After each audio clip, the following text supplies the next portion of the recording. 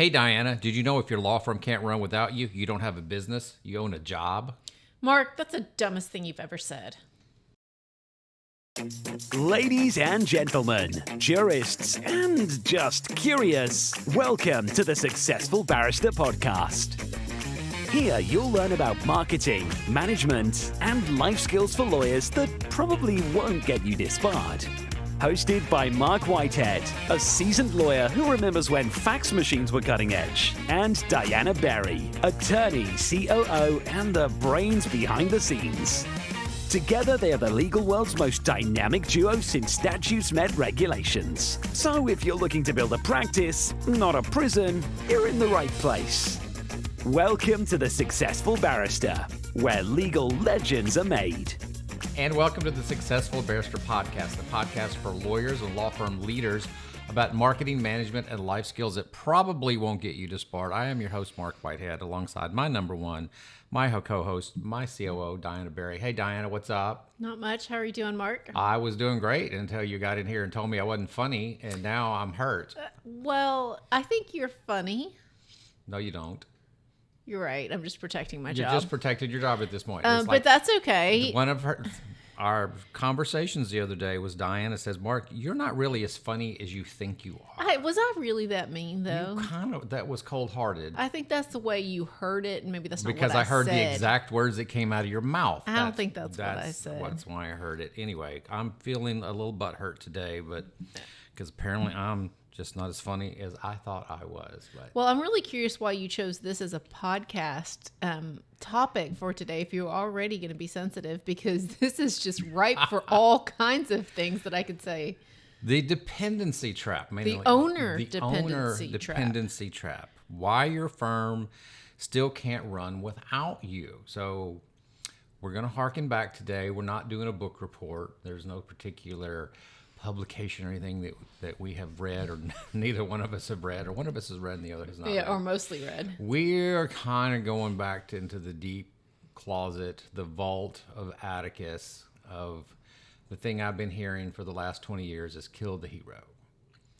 And the concept of kill the hero, that means you, the owner, the leader of the law firm, you need to be killed. Not physically, but metaphorically. In other words, you need to be replaced with some other people that you are then going to lead, and therefore, instead of being the sergeant who runs the army, you want to be the general who commands the army. I think that would be that's a good analogy. I like it. It's a great analogy. Thinking about MacArthur, Eisenhower, those people. Well, in my head, I just got Elsa and screaming, "Let it go." Wow. I mean, so we've got two very different visuals. This talks about what the different movie. You're still in the Disney phase, and I am. Well, I'm back it really is. You hearken it back to Let Go of the Vine. That's very Atticus-y, and then that's a very short leap from Let Go of the Vine to just let it go.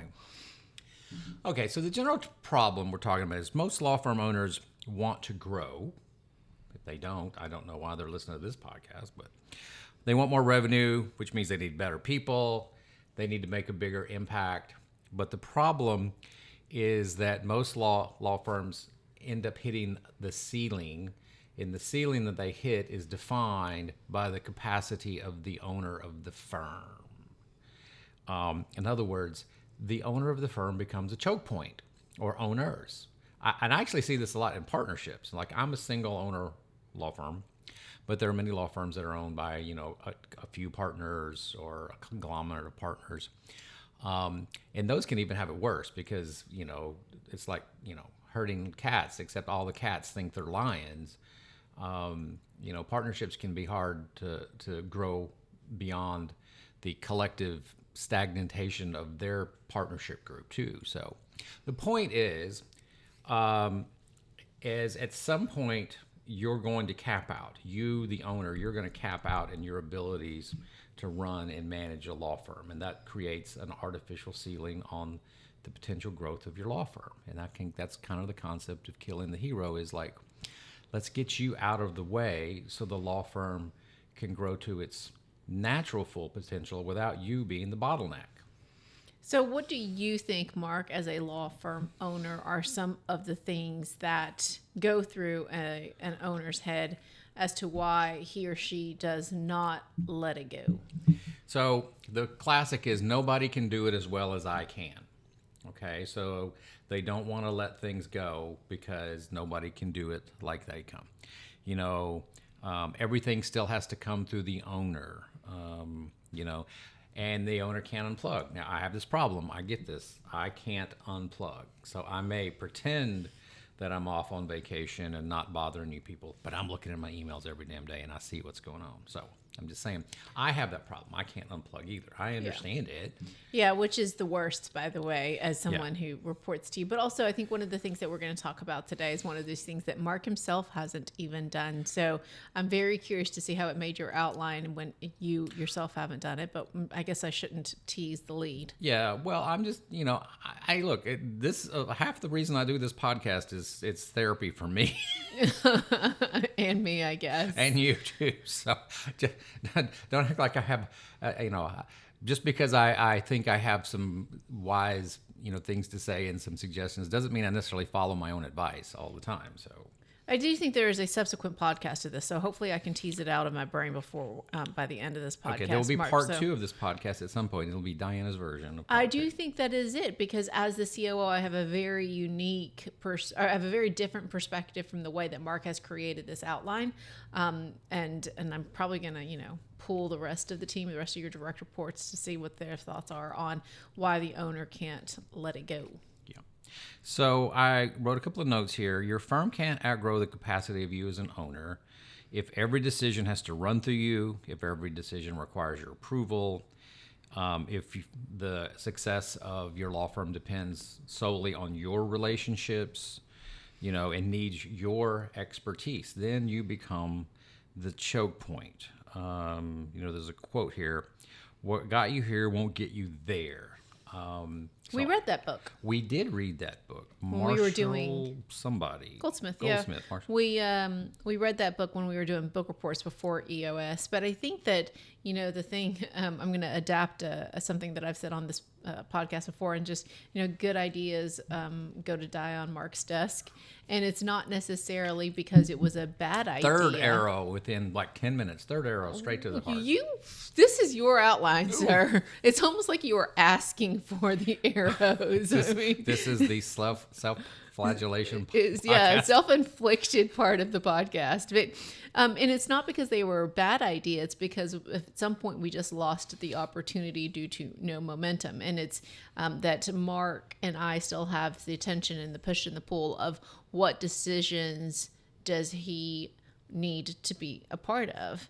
I think, if I may, the thing that I keep saying, and I've said from our last EOS workday, is that Marc doesn't know what he wants to be when he grows up. And so sometimes he wants to be part of every decision. I do not want to grow up. Exactly, which there's a whole world in that, especially as your direct reports. And so I think today we're going to walk through some of the things that can happen to your firm if you're not willing to let it go.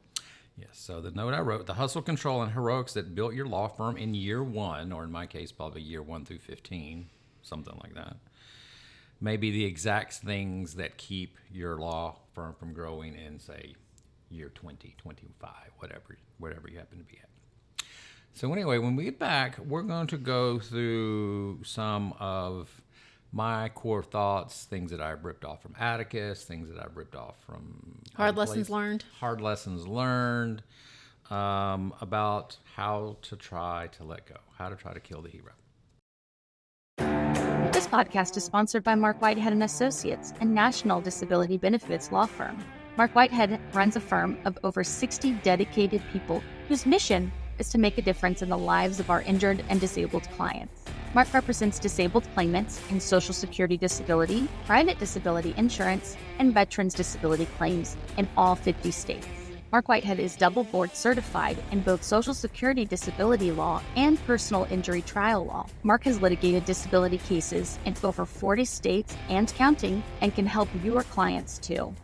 Stop throwing your phone calls away. Call Marc Whitehead at 701-VIP-LEAD. That's 701-VIP-LEAD. or visit our website at disabilitydenials.com. Referral fees are paid in all jurisdictions where it is permitted. Refer us your disability cases today and know that your clients will be in good hands. All right, we're back. All right, Diana. The hero trap. Why owners become the constraint. Okay, so from your perspective, because you get to see me, the big fat constraint that sits on the head of this law firm, what do you see?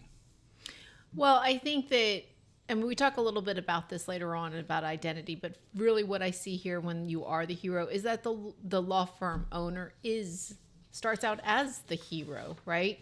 You are, let's go back to what the war stories from when you were years 1 through 15, Marc. You were the one who settled, you signed on the client, right? You actually went and did the intake. You went to the house. And I made home visits. And you signed on the client. Then you worked up the case. You settled the case. You signed the check. You did the closing statement. All of these things. I did all the depositions. I did all the trials. You worked up the case. You did all of these things, and then you presented the check to the client at the end of the case. Because I wanted to be the hero. You literally did all things. You are the hero. You were the hero, and letting go of that is very hard to do. Yeah. So. There's a problem with that. And this is kind of, what we have learned when everything has to come through me, when all the decisions have to be made, all the key things have to be part of my decision-making process, is that your staff never really grows. They become dependent on you. They wait for your permission before they do anything. They won't make any independent decisions. Which means, well, what does that mean? That means they're constantly interrupting you. So now they're killing your time because you have trained them that they can't make an independent decision. Therefore, they're constantly coming to you. Hey, you got a minute. It's that you got a minute syndrome, So they escalate everything upwards. They don't learn to make any independent decisions. And everything just begins to start to plateau. Yeah, well, actually plateau and then almost decline. So I think that what I have seen is this self-fulfilling cycle, I guess, of where the less you as the owner delegate, the less capable your team becomes, right? Because they're not used to making hard decisions or, very urgent decisions.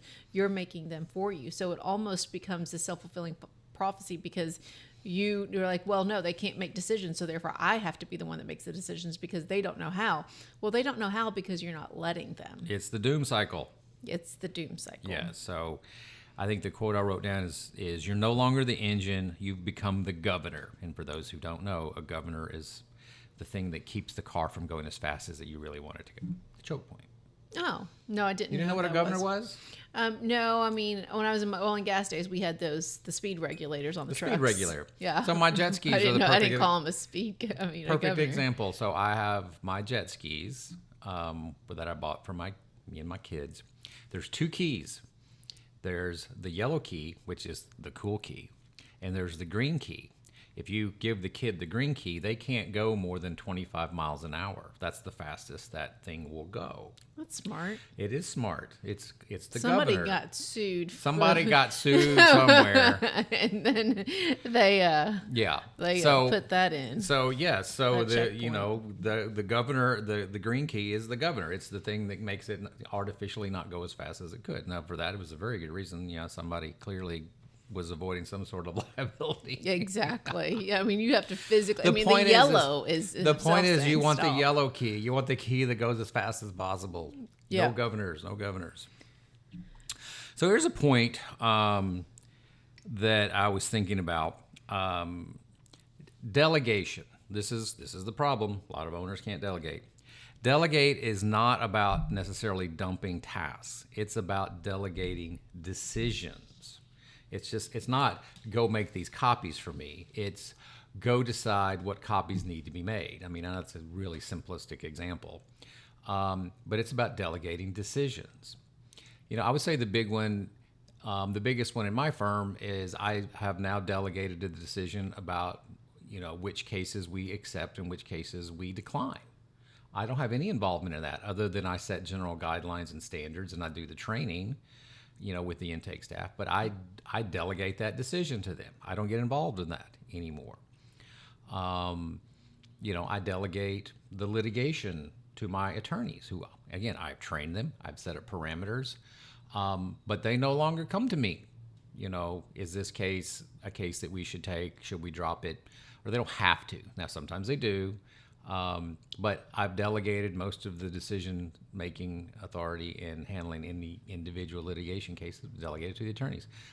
I couldn't possibly be, ride roughshod over that many cases that we have in the office. So if I did require that, that would limit the number of cases that we could take. And it would also stunt the growth of my attorneys.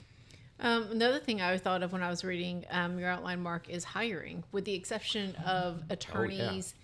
And leadership, really, like managerial, like directors rather and above, you don't hire At all. people now. I mean, there is the flip side of that, disconnect with, the team, but we work on that through other ways. But you don't hire. You don't know who I hire or I see new people walking in and I'm like, who is that? I Yep. don't know who that person is. You gave me a bandwidth, obviously. Over time now, I know my bandwidth for hiring in terms of pay raises. I'm not doing anything illegal or paying people, twice what Mark expects so that his payroll the next time is exorbitant. So I think that, when Mark and I talk about certain things, like Mark is famous for his fix it when it comes to me, and he'll just point at me and say, fix it. And we've talked a lot about that on this podcast. But that fix it was earned. It's not like he gave me that my first month or even my first year, really. We had guardrails up until then. Now my fix it is learned because of our history together. Yeah. So the quote I really liked that I wrote, and it was Ralph Nader, and I thought this was really weird. This is not something I would have thought of coming out of Ralph Nader. It says, the function of leadership is to produce more leaders, not more followers. I really like that quote. I do think that, and that is one of the things that Steve Riley over at Atticus that really has pounded into us over the, the 10 or so, 12 years I've been working, mostly or primarily with Steve and his group, was that the primary function of a leader is to develop other leaders. That's your primary job. Otherwise, you can't grow. You can't grow. And I think that that's really perfect segue, Mark, to your next point about an owner being a choke point. Oh, where is my next point? I don't know where you just jumped to, but that's okay. Well, the owner's real job. Oh, the owner's real job. Okay, thank you. I appreciate you telling me where I am in my own damn outline. That's okay. I thought that's where you were going, and then I realized you were jumping across. I could jump all the way to the bottom pages. and come, I could go in any direction. That's okay. I'm really excited about this one because we're getting to the point that you yourself have not done. So I am ready for more zingers. So we're getting there. Is this where the arrows start coming? Continue to come. Okay. A quote from Jack Welch, who did a lot of great things, although he was kind of a prick. But, if you read his biography. I did not. Yeah, he's gone now. But anyway, before you are a leader, success is about growing yourself. When you become a leader, success is about growing others. Okay, I think I read that wrong. Before you're a leader, success is about growing yourself. Okay, before you were a leader. Got it. Okay, but when you become a leader, success is about growing others. Okay, it only took me twice to read that thing correctly. So. That's okay. You had a big weekend, Mark. It was Mother's Day weekend this past weekend, and Mrs. Whitehead enjoys a good crawfish boil. And crawfish don't boil themselves. It is a lot of work. I've seen some pictures over the years. It was a thing of beauty. But so, Mark, in the firm, you say your job is the 3 M's. I say it's my 3M job is to market the firm, to manage the firm, and to mentor my people. Basically, mostly mentor my attorneys, but in my other direct reports. So, the way I've equated it here in this outline is, number one, building leaders. I think we've talked about that now at least 3 or 4 times in the last 10 minutes. Also working on developing systems, but not only me developing the systems, helping my leaders develop their own systems. That's kind of the process of becoming a leader, is developing the skills to figure out how to make things work, how to make the trains run on time. And the last one is making strategic decisions. So not only do I need to make strategic decisions, I need to help mentor my people in how they can make their own strategic decisions and things that directly affect them. Yeah, so I have a little bone to pick on this one. I completely agree with Here Mr. comes Welch. the fourth arrow. I'm waiting. Well, no, not this one yet, though. I may, I reserve the right to throw Zinger out there.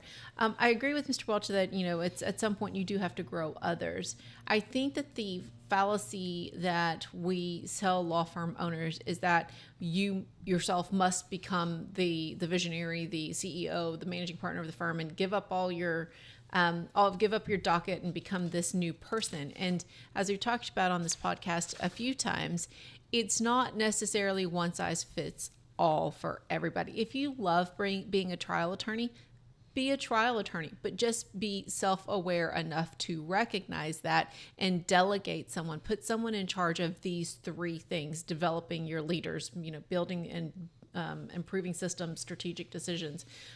Don't let it just become a black hole in your firm. Right. And we've talked about this before. I think there's two paths. Now that you brought it up, this wasn't what I was thinking about, but it's a good point you brought up. In the legal world specifically, there are some law firms that are trial lawyer led. In other words, the leader of the firm is the trial lawyer. Marc Lanier's firm, for example. Mm-hmm. Marc Lanier is the leader of the firm, the founder of the firm, but is the dude. He's the guy who tries the cases. He just tried his big social media case where he had Zuckerberg on the stand out in LA last month. He tries all his cases. Not only does he try all his cases, he doesn't let any of his lawyers co-chair or take witnesses. He takes every single witness in every single trial, and that's a prerequisite of his. He talks about that in his seminars, that he just doesn't like having other lawyers involved. He thinks there should be one voice to the jury, and he's the voice. That's great. He's made that decision. But you know what?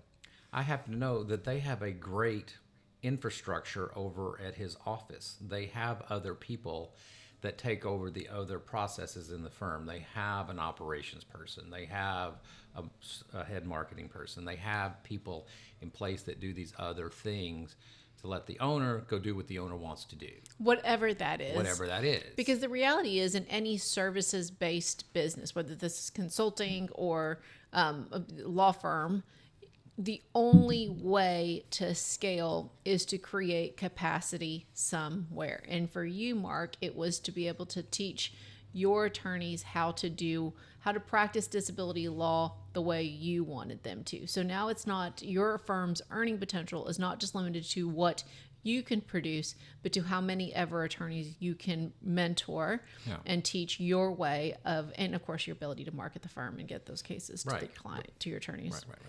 All right, so let's look at the next one. The next thing I came up with was what I call the 30-day vacation stress test. Here's where I cannot wait to see what you have to say about this. Lord help me here. What does this even mean, Marc? So the quote I have here is, vacation is funded by systems running without you. By some guy I've never heard of named Mac Attram. Don't know who that is. So here's the test. Can you disappear for 30 days with no contact with your law firm, and is everything still going to work? Is the firm still going to make money? Is the firm still going to move cases just like always? Would they even know you weren't there? And if it's working well, if your firm is working well under this pressure test, this 30-day pressure test that we're talking about here, is, your revenues ought to stay strong, the cases ought to move, the problems ought to get solved, the team should be able to function independently without you sitting there, hovering over them all day long. And most importantly, meaning the person leaving for 30 days, I'm not a revenue driver. None of that happens if I'm the sole revenue driver of the firm. So, and that's why I truly have stepped back from that. I don't really produce revenue on a day-to-day basis. My contribution to the firm is actually, getting the cases in so my lawyers can then take those cases and produce the revenue. But, if I'm not here for 30 days, we're still going to sign up cases. Why are you looking at me so funny? Mark, when's the last time you weren't here for 30 straight days? I didn't say I did it. So this is a do as I say, not as I do? Well, yeah. Oh, okay. Well, listeners, just Okay. so we're clear, Mark himself has not trusted himself or me yet to do this. But this is what Atticus calls the exile project, Yeah, correct? the exile project. This is where you, as the owner, put yourself in exile and you trust your team to do what they do. Yes. Now, what does failing the exile test look like? Weak leadership, weak systems, poor delegation, hidden bottlenecks that you didn't know about. So the whole idea is that the 30-day exile is a pressure test for your business. If your business is running well, you should be able to disappear for 30 days and everything runs fine. I am 100% confident that I could disappear for 30 days and everything would be fine. Then why haven't you? Because I don't want to. There you go. All right. So we're back to the hero complex from the very first Yes. point here. Now I understand there's a flaw. There's a whole in, ego. ultimate, Yeah, there's a and whole ego We're thing going to here. talk about that. Yeah, we are next. But- Why owners such as myself won't let go? Well, yes, and I know you want to get to that point because you want to brush right past the fact that you're telling our listeners to do something that you yourself have not done. But I just want to make sure there is key point. I am very confident in your team, not just myself, but in your team and our ability to run the firm for 30 days without you. Though you are much needed, sir. I do think that there is a very important point that just because the systems do break while the owner is out of office or in exile, that doesn't mean that the owner should no longer go on vacation. It's not proof positive of the fact that you are essential and indispensable to this law firm. It's just identified a weak point in the system that needs tweaking, not necessarily that, my team is incompetent and I must, or even not that my team is incompetent, but that I must be here, that I am required. So let me be clear on this. I don't do a 30-day because I just don't want to. But it's not that I don't trust you guys, because I do trust you guys. And it's not always your choice, okay? I could get whacked out by a bus.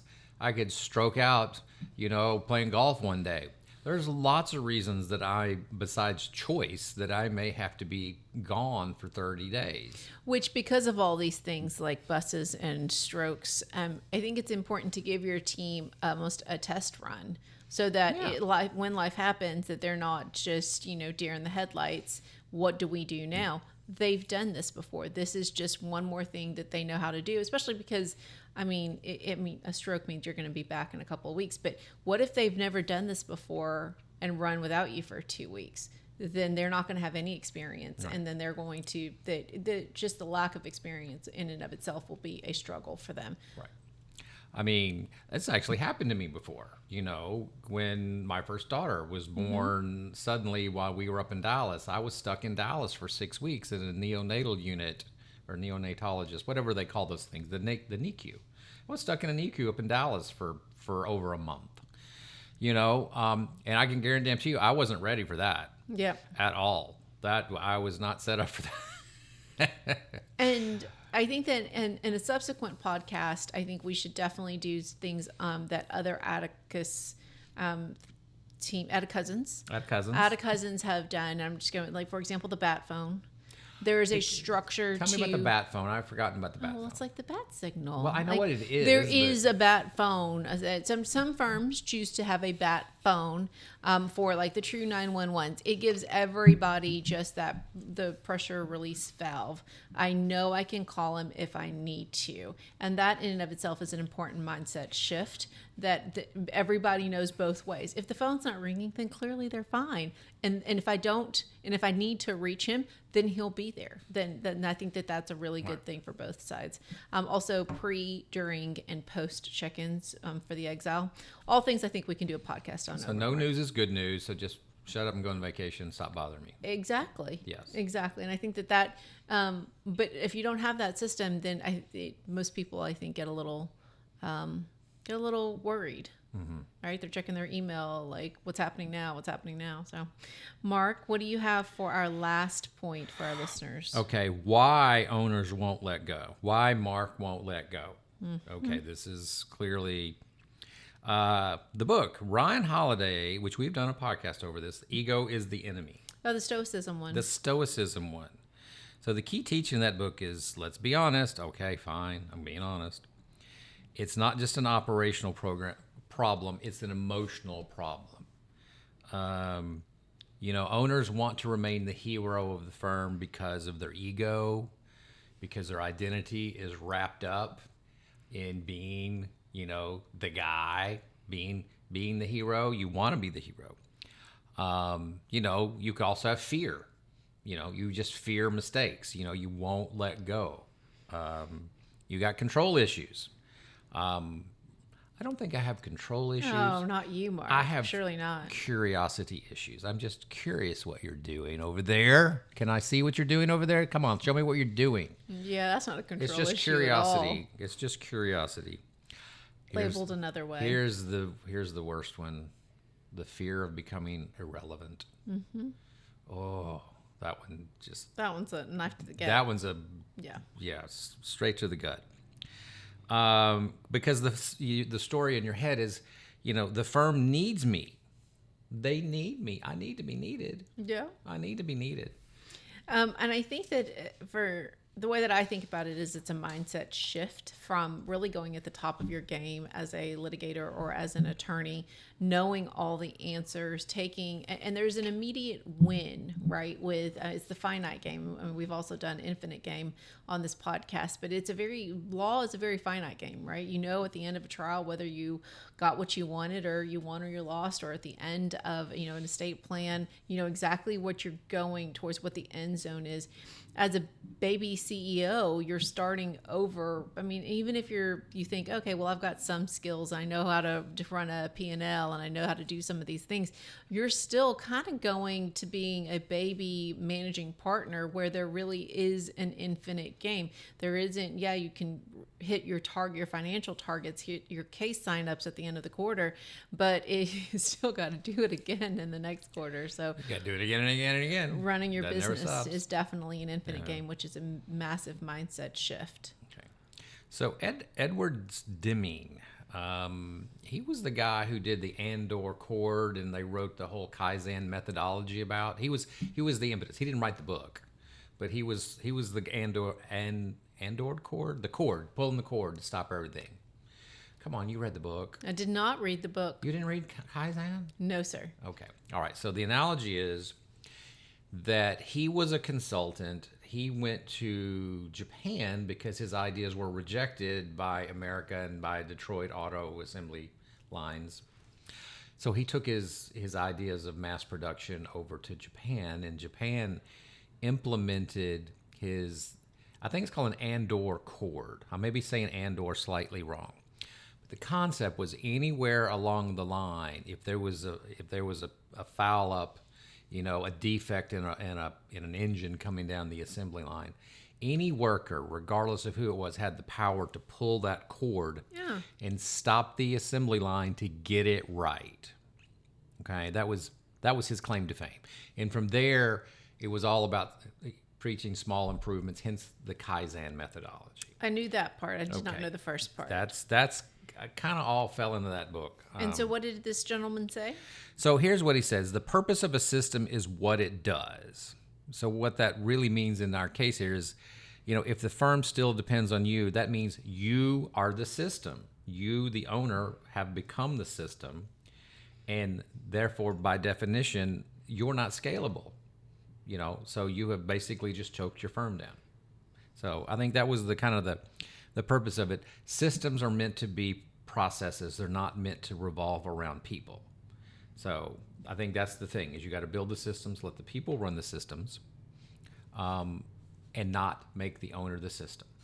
Yeah, I think the way that this plays out is if the owner refuses to let go and I find a new identity, then the team, Mark sometimes likes to make decisions based on his gut or his mood for the day, and it What can I ate for feel, lunch. it can be very disempowering for his team. I remember the other day, I'm just going to use this one as my therapy session. We were at a conference recently, and I was complaining about something, an email that came across my desk. And I'm like, these people are really annoying me. And he was like, well, why are you even making that decision? I was like, well, because a decision needs to be made. This employee doesn't feel like, doesn't want to make the decision. It's my decision, so I will make the decision for this employee. And so I'm going to choose if it was A or B. I chose A. Mark's like, okay, that's fine. Before I could even send the email, I looked at my phone like 10 minutes later, and Mark has replied, because he was CC'd on this email. He replied, and he was like, go with B. I don't remember that. I will tell you about it on the break, and you're going to distinctly remember. But it just, I mean, and I can laugh about it now, but I can assure you I was very mad at him at the time.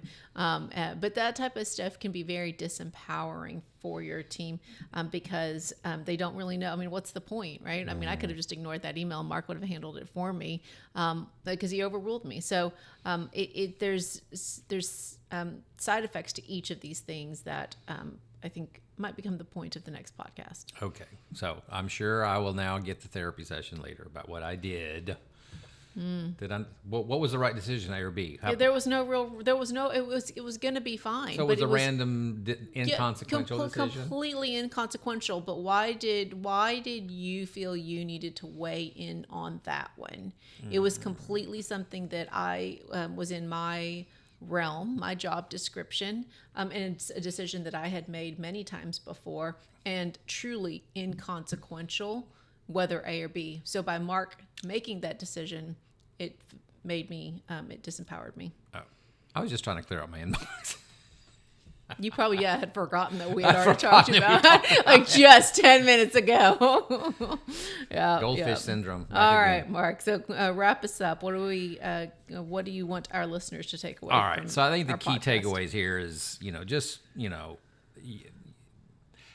need to not, be the one that has to have all the decisions go through you. And I can think of a couple of people that I have informally, not any of my formal coaching clients, but some of my people that I've coached informally in the past have really had this problem, is they just feel they've got to make every single decision in the firm, and they really just shut down the growth of their people. Again, your job is to build other leaders, and that leader could be a case manager that leads their people. It could be a paralegal that leads their people. It could be one of your attorneys. It could be, administrative. It doesn't have to be just building other attorneys, but basically building people who can then have their own followers.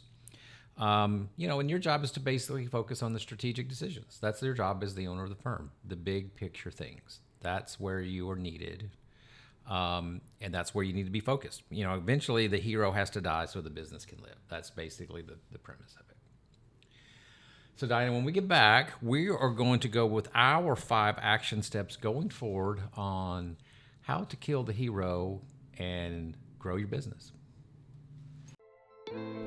This is Marc Whitehead, lawyer, entrepreneur, and business coach. Thanks for listening to the Successful Barrister podcast. If we've stirred your juices, hit me up with an email at marc@marcwhitehead.com. Remember, Marc is spelled with a C. And get on the Successful Barrister newsletter mailing list. Even better, let's set up a call. I'd love to talk to you about working together, talk shop, or just shooting the breeze. All right, Diana, we're back. All right, so here's our 5 action steps going forward with how to kill the hero to unlock the potential of your firm. So here's my number 1. First of all, you have to think about it. What are the decisions that keep coming to your desk as the leader of the firm or the leader of your section, whatever you happen to be leading at the moment? Come up with 5. What are the top 5 decisions that are recurrent, that just keep coming to you over and over again, and delegate 2 of them? I got one. Where are we going for lunch next week? Why do I need to make that decision? This happened the other day. Marla was setting up a lunch, one of my attorneys, and she texted me incessantly. And I know Marla doesn't listen to this podcast, but it's okay. She was texting me incessantly about where we're going to lunch today. And I'm like, I'm busy. I'm on deadline. I got something working. I could care less where we go to lunch. She sets up these luncheons for us. I'm like, Marla, I just don't care. Yeah. Just tell me where to be.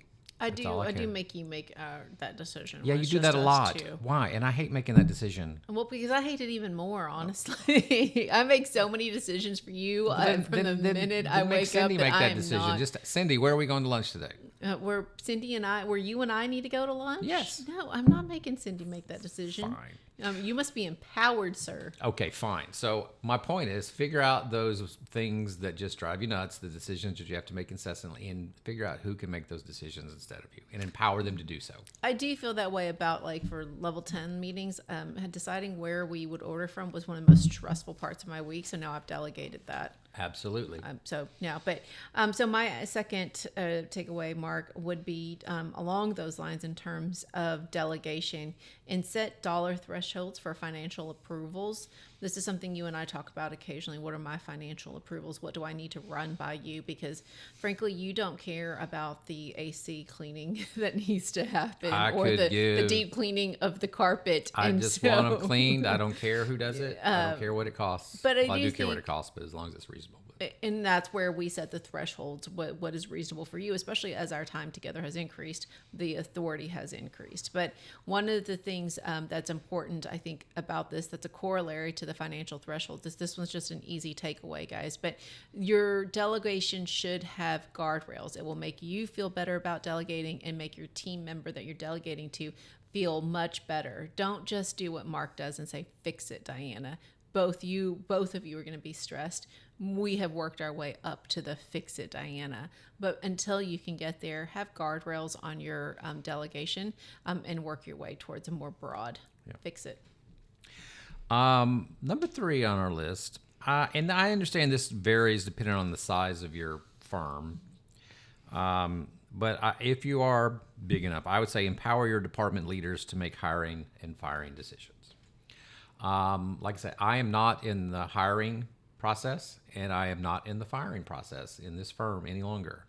All of my attorneys who lead each section have total authority over who they hire and who they fire. Now, they have to do it all legally, obviously, which is where HR comes in. Yeah, there's significant oversight from me. Yes, there is oversight in terms of we have to do these things correctly, but they have the authority to do it. So I've just totally stepped out of that. Unless it's at attorney level or director level, I'm not involved in that process whatsoever. And you know what? It has really made my life a lot better. A lot better. Yeah, for everybody, I think, because your calendar was absurd. And so trying to schedule honestly, we probably lost some good candidates. It's the same thing with the lead, right? You don't want a good candidate waiting 2 weeks because of the owner's schedule. So when you don't have that as a barrier, then you are able to move a lot faster. Mm-hmm. So number 4, Mark, take a short stress test vacation and track what systems break down. All right, Mark. Define short. I think that you should. What do you think, Mark, would be a reasonable first vacation for a firm owner where he or she does not have to check in? Has to be more than a week. Okay. So I'm going to go with 10 days. Let's 10 go days. with let's go with like a 10-day Southern Caribbean cruise. All right, on a Mark. cruise ship. So I'm going to challenge. Mark has he's got a long weekend that starts before a trip to with his family coming up in a couple of weeks. Mm-hmm. More or less 10 days. It's closer to 14. 14? You got a little high pitch there. Is that a little? I'm leaving. Okay, leaving the 28th. You saw where I was going with that, didn't you? Wait a minute, that's exactly Is that 14 the high days. pitch? Yeah. So 14 days, Mark. 14 days. Más o menos. So 14 days. Will you not check in? What define check in? What is a short stress test? Oh, I'll be watching my email. Trust me. Okay, so don't do what Mark does. Do what he says. But I do think it's important. I won't comment unless I have something witty and funny to say. 'Cause Unless I it's know between how, 'cause A I or think I'm B and very he funny. decides, well, or where he's had a couple, he's had happy hour with his family and has decided that he's going to be really witty and the rest of us are very confused. But so I do think it is very important for everyone. The firm owner is under obviously a lot of stress. And so it is more important for that long period to be able to rejuvenate, but recuperate, but also to bring the best version of himself or herself back to the firm. But take a short stress test vacation and identify which systems break down without you so that you can use that as something to train your team with, not necessarily as proof that you shouldn't have gone on that vacation. All right. The final one, number 5 on our list. Build one leader this quarter who solves problems without you. Now, how do you do that? First of all, you got to pick that person. But you need to give them all the authority that they need. You need to empower that person. I would like to have a conversation with you. I trust you implicitly with these things. You have the authority to make these decisions. If you make a wrong decision, I will not punish you for it. If you make a right decision, I will celebrate you for it. But you have the authority to do it. And you should not feel compelled to come talk to me about it. Just make it happen. That's how you do it. That's a big conversation to have for some people. And I think it's important not only just to delegate, but also to, because it is such a big conversation, build in a 1 week touch point. Just say, hey, you know what? We're going to touch base for 30 minutes, put it on my calendar, and we're going to see how you're doing.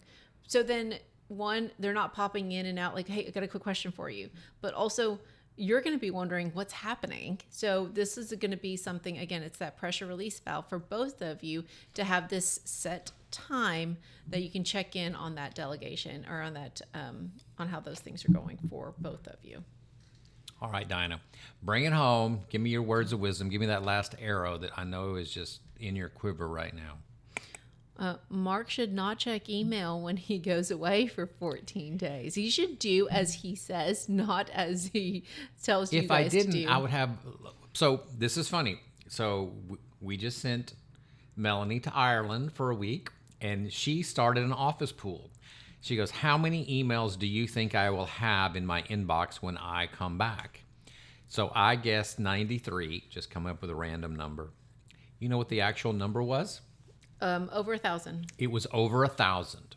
In 1 week, she had over 1,000 emails in her inbox. So this is where I come up with I still at least have to look at my inbox because really all I'm doing is just mass deleting all the crap.